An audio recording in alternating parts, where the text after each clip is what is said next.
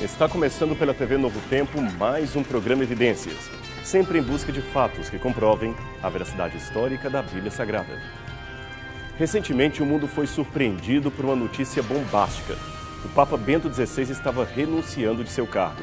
Com voz calma, ele leu para uns poucos presentes a sua carta redigida em latim, onde dizia renunciar por questões de saúde e para o bem da própria Igreja. Em pouco tempo, um novo conclave foi convocado e depois da fumaça branca e o tradicional anúncio de Habemus Papam, um novo pontífice é apresentado ao mundo. Novamente, para surpresa de todos, ele, embora descenda de italianos, vem da América Latina e adota o singelo nome de Francisco, homenageando aquele que talvez foi o santo mais humilde de toda a hagiologia católica. Assim, separamos este programa de hoje para contar para você um pouco da história dos papas. Afinal, como surgiu o papado? Seria verdade que Pedro foi o primeiro dos papas? É verdade que o papa é a besta do Apocalipse? Antes, porém, de responder a essas perguntas, precisamos fazer alguns esclarecimentos.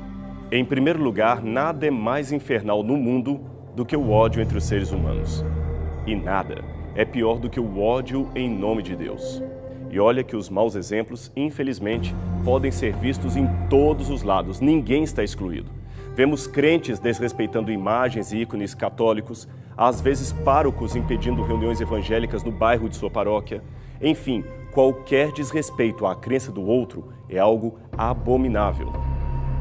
Nós que nos dizemos religiosos, devemos, acima de tudo, aprender a discordar com classe e respeito e, juntamente com isto, ter claro se nossas convicções religiosas são de fato baseados em elementos concretos ou em crendice, tradição ou achismo.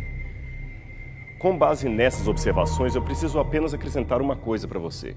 Respeito não significa silêncio ou concórdia em tudo que o outro diz.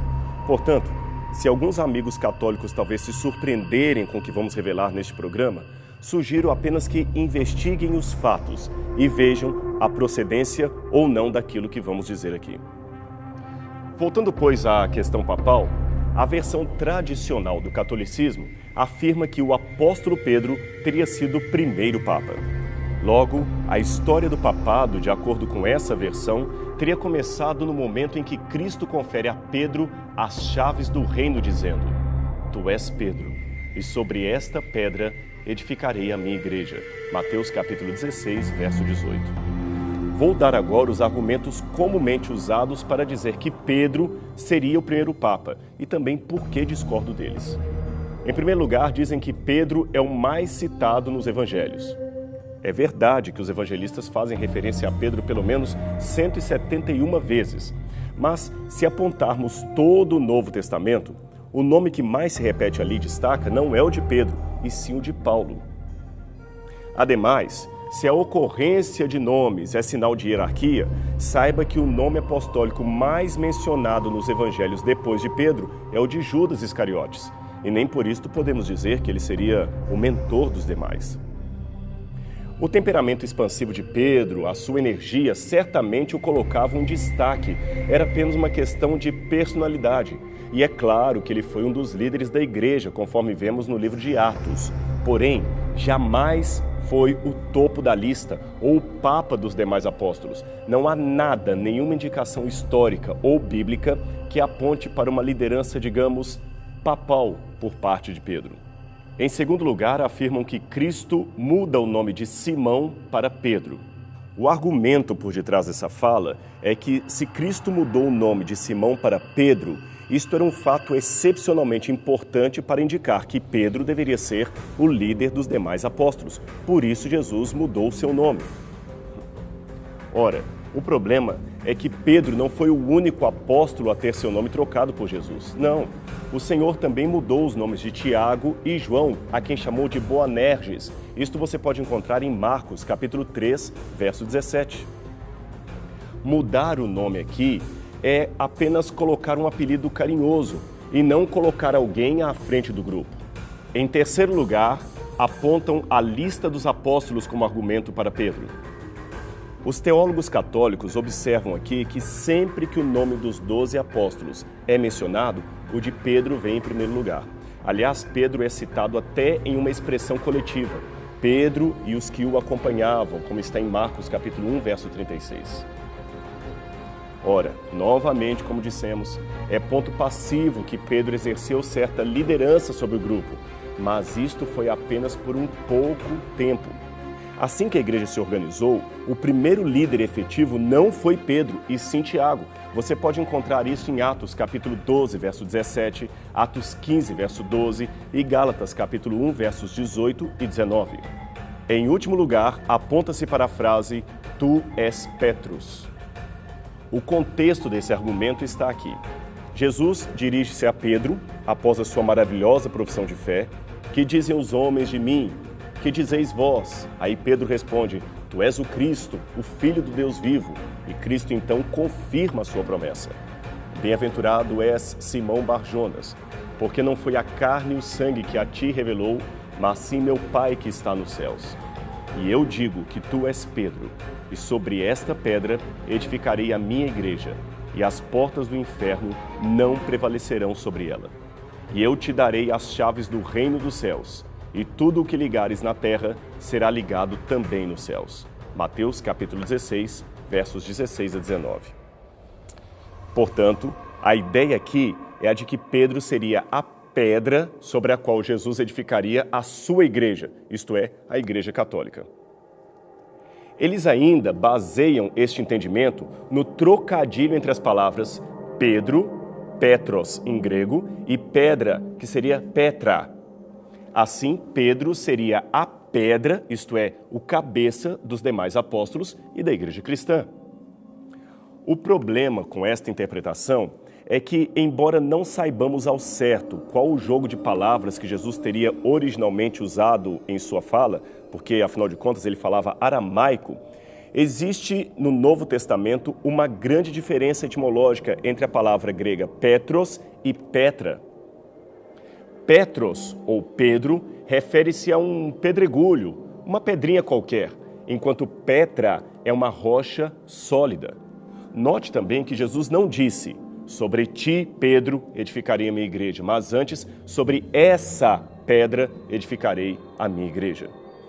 Noutras palavras, o que Jesus quis dizer foi o seguinte, Pedro, eu sei que você é sincero, mas você é apenas um pedregulho. Contudo, a minha igreja eu edificarei sobre essa rocha sólida, muito maior do que você. Interessante que o próprio Pedro, talvez se lembrando desse episódio, falaria posteriormente dos crentes, isto é, da igreja, como sendo um edifício de pedras que vivem alicerçadas sobre a pedra viva, que é Cristo Jesus, e não o próprio Pedro. Isto está em 1 Pedro, capítulo 2, versos 1 a 10. E Paulo, diga-se de passagem, segue na mesma linha, como você pode ver, por exemplo, em 1 Coríntios, capítulo 3, verso 11. Leia esses textos com calma. Outro problema com essa interpretação tradicional católica é que não encontramos nenhuma vez nos evangelhos Cristo indicando aos demais apóstolos que Pedro seria o seu líder. Pelo contrário, o Salvador sempre deixou claro a igualdade hierárquica entre os 12. Em Mateus capítulo 23, versos 1 a 12, ele adverte que não aceitassem ser chamados de pai, porque só Deus é pai. Curioso que, contrariando isto, o líder da igreja se autodenomina Papa, que é justamente pai em latim. E também que não aceitassem ser chamados de guias da igreja, porque Cristo é o único guia. Novamente, o clero se denominou por muitas gerações o supremo guia espiritual e teológico dos leigos. Indo para a questão das chaves dadas a Pedro com a ordem de ligar e desligar no céu e na terra, questão esta tão valorizada na iconografia católica, isto é facilmente compreendido se entendermos em outras passagens que este mesmo elemento é conferido a todos os discípulos de Cristo e não apenas a um deles. Veja, por exemplo, Mateus capítulo 18, verso 18, João 20, 23, Apocalipse 1, 18, etc. Quanto àquela famosa passagem de João 21, verso 15, quando Jesus pede a Pedro que apacente as suas ovelhas, Novamente, este pedido também é estendido em outros textos a todos os membros do grupo. Veja, por exemplo, 1 Pedro, capítulo 5, versos 1 a 4. Pedro nunca se considerou um chefe supremo ou um papa da igreja, nem em Roma, nem em qualquer outra parte do império. O mesmo se pode dizer de Lino e Clemente, os seus dois imediatos substitutos na cidade de Roma. Nenhum deles jamais arvorou para si o título de papa ou líder supremo da igreja. É uma pena que, por questões de tempo, eu não terei como tratar em detalhes o que chamamos em teologia de patrística, isto é, o que os primeiros pais da igreja escreveram a esse respeito. Mas eu posso pelo menos afirmar que as passagens geralmente citadas para dizer que os pais da igreja reconheciam Pedro como o primeiro papa são geralmente passagens controvertidas e fora de contexto. Eu vou dar apenas um exemplo para você do que eu quero dizer. O famoso Santo Agostinho de Hipona, um dos teólogos mais respeitados da igreja, negou veementemente que Jesus se referia a Pedro quando disse: "Sobre esta pedra edificarei a minha igreja". Mas alguns teólogos mostram diversas passagens escritas por Agostinho, onde ele aparentemente estaria validando a interpretação tradicional de ser Pedro a pedra onde Cristo edificou sua igreja. Mas, geralmente, esses colegas teólogos, de quem discordo com muito respeito, não informam que no final de sua vida, Agostinho escreveu uma obra em latim chamada Retractationes, isto é, reelaborações, onde ele esclarece e corrige algumas de suas declarações prévias que não foram bem compreendidas por alguns leitores. E ali, ao falar de Pedro, ele esclarece no livro 1, capítulo 20 ou 21, dependendo da versão, no verso 1, que apesar da má compreensão de muitos, para ele, Agostinho, a pedra na qual a igreja fora fundada era Cristo e nunca Pedro. Isto está claramente lá, pode ser conferido inclusive no original latino da obra. É só olhar para confirmar. Aliás, esta mesma informação pode ser encontrada também nesta antiga edição católica da Bíblia de Figueiredo, lançada em Lisboa. Então, se Pedro não foi o primeiro papa, quem foi? Como começou esse sistema papal? No segundo século depois de Cristo, a igreja estava mais organizada e começou a haver mais destaque para líderes locais, geralmente anciãos que cuidavam de uma pequena congregação de fiéis. O respeito adquirido por esses líderes era proporcional ao tamanho da cidade onde a sua congregação estava localizada. Então criou-se com o tempo uma hierarquia entre os anciãos ou líderes locais e os mais respeitados eram aqueles, é claro, que tinham uma cidade maior. Esses passaram a ser mais reconhecidos. Eles foram então chamados de episkopos, um termo grego que literalmente quer dizer aquele que vigia sobre os demais. Este termo, episkopos, já aparecia umas 5 vezes no Novo Testamento, mas com um sentido bem diferente daquele adquirido posteriormente. De episkopos veio a palavra bispo, que usamos até hoje. Agora raciocine comigo. Como dissemos, quanto maior a cidade, maior respeito teria o bispo que cuidava da igreja local, certo? E qual seria a maior cidade daquele tempo do Império? A cidade de Roma, é claro. Então era de se esperar que o bispo de Roma teria maior destaque do que os demais. Sendo assim, quando em 475 de nossa era, o Império Romano Ocidental caiu nas mãos dos bárbaros, a cidade de Roma tornou-se então o reduto inicial das tribos invasoras que dividiram o reino entre si. Ocorre que muitos desses povos invasores, como os germânicos que conquistaram primeiramente a região fronteiriça do rio Reno, eles tinham sido contactados previamente por missionários cristãos, pregadores especialmente da Capadócia, e estes bárbaros haviam se tornado conversos ou pelo menos simpatizantes do cristianismo. Com isto em mente, eles pouparam a instituição cristã e até lhe deram certa autonomia. Agora, é importante dizer que entre o século II que mencionei anteriormente e estas invasões bárbaras, houve, entre uma coisa e outra, no IV século, a marcante figura deste imperador. Seu nome, Constantino o Grande, o homem que unificou a Igreja e o Estado imperial. Como parte de uma grandiosa estratégia política, Constantino parou de perseguir os cristãos, deu salário para os bispos da igreja, financiou a construção de basílicas e, pretensamente, afirmou ter se convertido a Cristo. Segundo ele, a cruz de Jesus aparecera como um sol durante uma caminhada para uma batalha, e o próprio Cristo lhe deu o sinal da vitória. In hoc signo vinces, teria dito Cristo, que em latim quer dizer, sob este símbolo vencerás. Então uma mescla de simbolismo cristão e romano começou agora a aparecer em todas as partes do império. Decretos e mais decretos favorecendo o cristianismo foram expedidos. A igreja agora já não era apenas católica, isto é, universal. Ela passara a ser católica, apostólica, romana. E o bispo de Roma era o que mais ganhava com esta situação. Ele, aliás, não tardou em pleitear e conseguir mais e mais destaque sobre os demais bispos da igreja. Houve uma luta acirrada entre os patriarcas para determinar qual teria a autoridade e a hegemonia sobre os demais. Vários fatores contribuíram para que tal posição ficasse com o bispo de Roma. O seu sucesso em resistir a várias heresias e movimentos deu-lhe uma alta reputação de ortodoxia, enquanto várias facções contendentes de várias partes do império frequentemente apelavam para o bispo de Roma para decidir sobre as suas dissidências teológicas. Já no final do segundo século, o bispo de Roma queria fazer valer a sua supremacia a qualquer custo. Um exemplo disto é o que fez Victor I. Ele orientou as igrejas orientais a celebrarem a Páscoa nos domingos. Não sendo atendido, tratou de excomungar os cristãos desobedientes.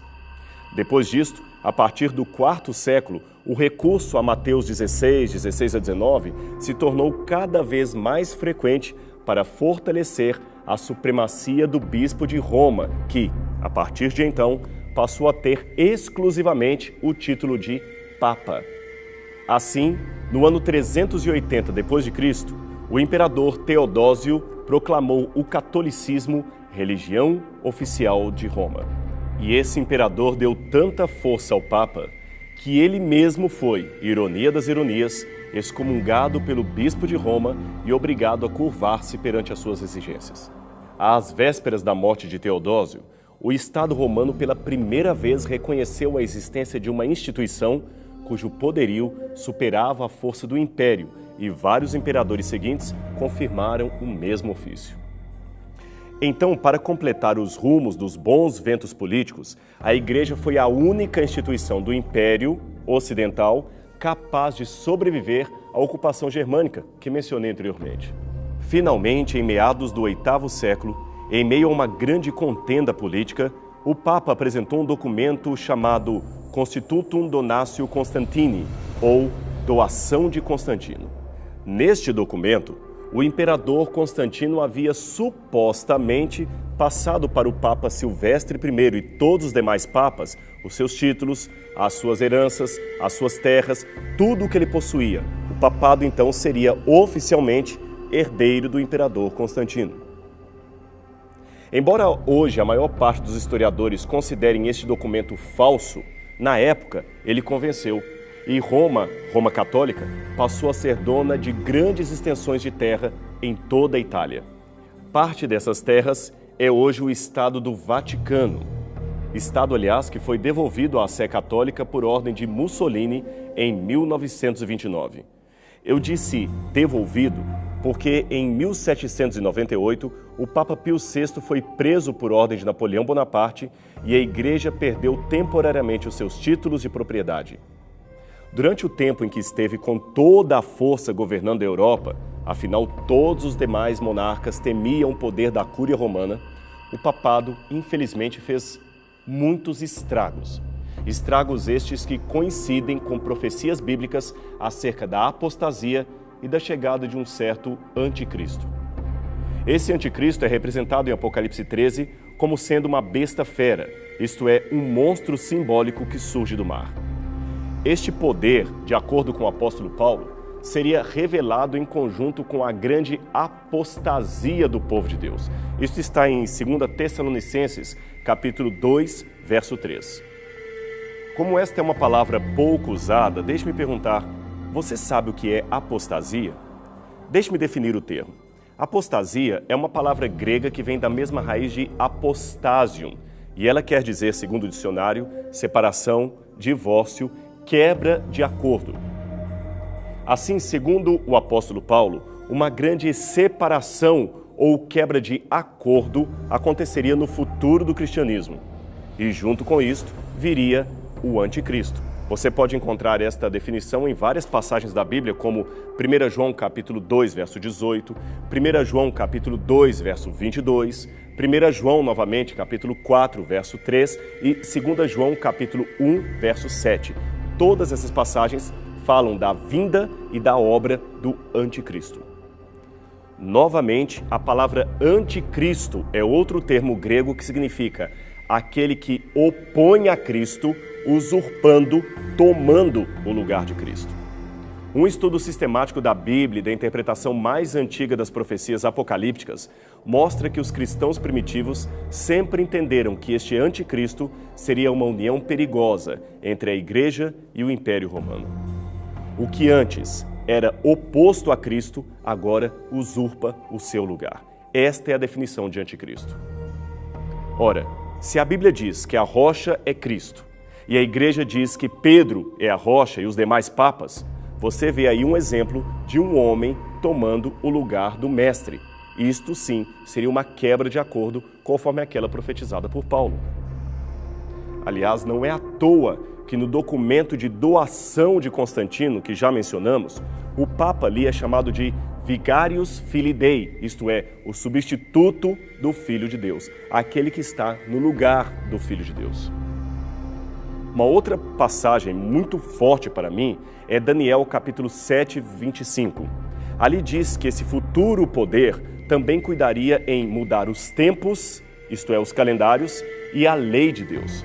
Pois foi justamente isto que Roma fez, tanto em sua fase pagã, quanto em sua fase papal. Ela criou uma espécie de calendário universal, fazendo com que os calendários bíblicos baseados na agricultura, na astronomia e nas festas religiosas fosse quase esquecido. Veja os meses do ano como os temos hoje. Eles são quase todos homenagens a imperadores romanos, como Júlio e Agosto, a Júlio César e Augusto, ou também a deuses romanos como Marte, Março e Janus, Janeiro. O mês de setembro, que lembra o número 7, passou nas mudanças romanas a ser o mês 9. O mês de outubro, que lembra o número 8, passou a ser o mês 10. Novembro e dezembro, que lembram respectivamente os números 9 e 10, passaram a ser os meses 11 e 12. Assim foi nas reformas julianas, feitas por Júlio César, e depois nas reformas gregorianas, feitas pelo Papa Gregório em 1582. A Páscoa, que no calendário bíblico era celebrada no dia 14 de Nissan, passou a ser fixada no domingo seguinte à lua cheia após o equinócio primaveril do hemisfério norte. Isto apenas para acomodar no mesmo calendário eclesiástico as festas religiosas católicas e as festas pagãs de Baco, o deus romano do vinho, festas estas que deram origem ao carnaval.